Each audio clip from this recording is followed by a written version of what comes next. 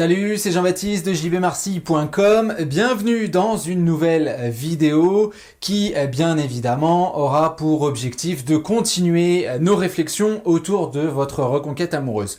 Aujourd'hui, on parle un petit peu plus du moment de la rupture avec cette impression globale. C'est véritablement un ressenti qui ressort de vos dires, des coachés, des personnes que je peux suivre, que finalement les derniers mots de votre ex sont quelque part ses dernières volontés, comme une personne mourante qui va vous adresser non pas son testament en vous léguant quelque chose de matériel, mais en vous léguant des idées, en vous léguant un positionnement, en léguant cette impression qui est bien évidemment un constat d'impossibilité. On va dire des choses qui sont difficiles, on va les statuer et comme vous encaissez le coup, vous y croyez. C'est pas qu'il ne faille pas y croire, c'est que bien souvent les mots dépassent la pensée et on va se baser là-dessus pour finalement entretenir cette idée que la reconquête amoureuse est strictement impossible. On le sait, elle est contre-instinctive de toute façon, c'est extrêmement difficile, ça prend du temps, il faut du travail, beaucoup d'efforts, mais on se rappelle sans cesse ces paroles, ce constat de notre ex qui nous disait que de toute façon on nous a jamais aimés, ou que de toute façon on ne pourrait jamais plus nous aimer, ou que de toute façon une nouvelle histoire serait vouée à l'échec, ou que de toute façon on aime quelqu'un d'autre, etc., etc. Il y a un moment où on vous a exprimé par X ou Y moyen, détourné ou frontal, que votre histoire serait impossible à l'avenir, que ce soit en termes de temps, que ce soit en termes de nature, etc., etc. Et pourquoi on utilise très souvent ce vocabulaire et pourquoi aujourd'hui je parle des mots versus la volonté? Finalement, c'est une idée que j'ai déjà creusée, mais sous un angle un petit peu différent. Je voulais revenir là-dessus parce que il y a un vocabulaire du décès, un vocabulaire de la mort, qui est un vocabulaire extrêmement difficile, qui est lié à la reconquête amoureuse, en tout cas à la rupture, qui, à mon sens, a véritablement une résonance dans ce que vous vivez au quotidien. Oui, il y a une véritable déchirure, il y a un arrêt, il y a quelque chose qui ne peut plus continuer, véritablement une rupture. Le mot tient véritablement à une nature qui va nous toucher, où il y a cette impression de devoir enterrer quelque chose et de passer complètement à autre chose. On parle de deuil, on parle d'apprendre à vivre sans l'autre, etc., etc., etc. Et dans ces moments-là, qui finalement nous renvoient à notre propre mortalité, on accorde une importance toute particulière, aux derniers instants, aux derniers moments, aux dernières choses. Pourquoi? Parce que l'être humain est extrêmement nostalgique et ces derniers moments ont une résonance toute particulière. Soit parce qu'on se dit qu'ils sont plus significatifs que les autres, parce que peut-être que la personne savait qu'elle allait partir, savait qu'elle allait nous laisser, soit parce que nous sommes emplis de regrets, on aurait dû réagir autrement, on aurait dû dire ceci, dû dire cela. C'est pas quelque chose de complètement fou, c'est complètement commun, au contraire, de revivre la scène de rupture en disant j'aurais dû réagir comme ça, j'aurais dû dire ci, j'aurais dû dire cela, j'aurais dû faire ceci, j'aurais dû faire cela, en pensant qu'on aurait pu avoir un impact. La plupart du temps, cet impact-là, on ne l'aurait pas eu, bien évidemment, puisque la décision est prise depuis longtemps. Cette idée-là, moi, elle me fait penser à quelque chose de très personnel que je voulais partager avec vous, parce qu'à mon sens, ça peut nous aider à aller toujours plus loin. Mon grand-père est décédé il y a de cela quelques années, et la dernière fois que je l'ai vu, je me rappellerai toute ma vie, il était sur son lit, il essayait de me dire quelque chose. Malheureusement, scène difficile à vivre, les mots ne sont jamais sortis.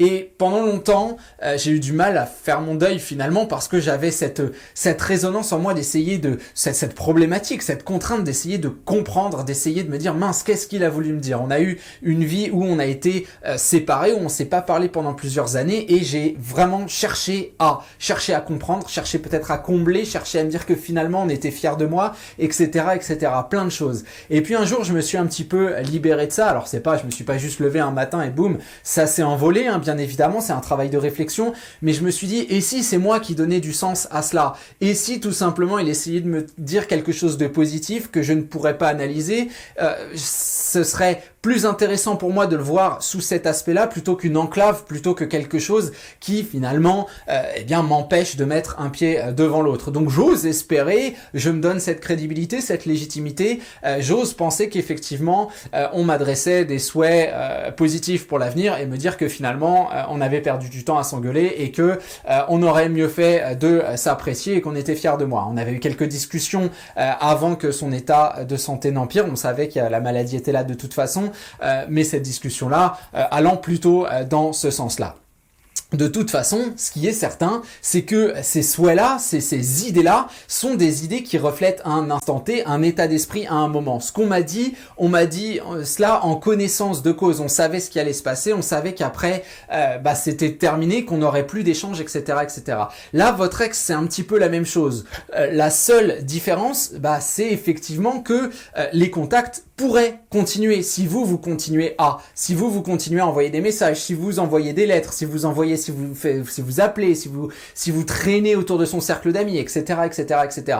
Et ça, quelque part, on veut s'en protéger, ce qui me paraît relativement normal. Et effectivement, on va vous lâcher un fameux effet Hiroshima, ce qui est très souvent le cas. Pas toujours, hein, peut-être que vous vous reconnaissez pas du tout dans cette vidéo. J'ai envie de dire tant mieux pour vous. En tout cas, vous avez très certainement cette tendance à dire « Ah bah oui, mais c'est quelque chose que j'entends excessivement souvent. Oui, mais moi, mon ex m'a dit ça. Oui, mais moi, mon ex m'a bien stipulé que nous ne pourrions jamais nous remettre ensemble. Oui, mais moi, mon ex a bien compris de toute façon que si jamais je communiquais, c'était parce que je voulais ceci, cela. » Et on est dans cette logique où on se met à la place de l'autre et où on a du mal à analyser son propre positionnement parce qu'évidemment, on n'a pas encore mené toute cette réflexion autour de la reconquête amoureuse. En tout cas, tout ça pour vous dire quoi? Pour vous dire que la volonté de votre ex est quelque chose d'extrêmement relatif. Elle est véritable à un instant T dans votre vie. C'est très bête ce que je vais vous dire, mais il y a un moment où vous voulez faire quelque chose et puis un peu plus tard, vous voulez faire autre chose. Soit parce que vous avez atteint un objectif, soit parce que ça vous gonfle, soit parce que tout simplement, comme une envie de fraise, ça vous prend et vous changez vous changez de focus. Eh bien, nous, notre idée dans la reconquête amoureuse, c'est un petit peu ça. C'est de faire évoluer le focus, de faire évoluer la nature du relationnel qui existe entre vous et votre ex. Par définition, même si c'est pas Verdun entre vous et votre ex, il y a toujours une nature conflictuelle au moment d'une séparation. Il y en a un qui veut quelque chose et l'autre qui veut quelque chose d'autre. Nous, on veut s'éloigner de tout ça, montrer que avec un changement matériel, de manière de voir les choses, d'arrêter d'essayer de toucher l'autre, d'arrêter d'essayer de le ou de la faire réagir à tout prix, d'essayer de le ou la faire réfléchir, d'essayer de le ou la faire réagir, en changeant tout cela avec un travail personnel bien évidemment, mais aussi un travail sur votre communication, on va s'apercevoir que petit à petit, le focus de la personne que l'on a face à nous change, évolue et on commence à nous considérer d'une manière différente. C'est ainsi que très souvent dans les choses que j'ai pu construire au contact de vos histoires, comme par exemple le système crise, beaucoup de gens viennent en me disant « Mais JB, mais ça marchera pas, mais mon ex ou il ou elle est pas bête, évidemment que ça marchera pas, être dans la légèreté, être sympathique, c'est presque un manque de respect, mais tu comprends pas, et yala ». Et au final, on a des réponses très sympathiques, très ouvertes parce qu'on a changé le focus. Parce que quelque part, votre ex s'attend lors d'une discussion à ce que vous appuyiez sur des points extrêmement difficiles. Parce que vous, dans votre esprit, ce qui est tout à fait compréhensible, ça s'appelle la souffrance.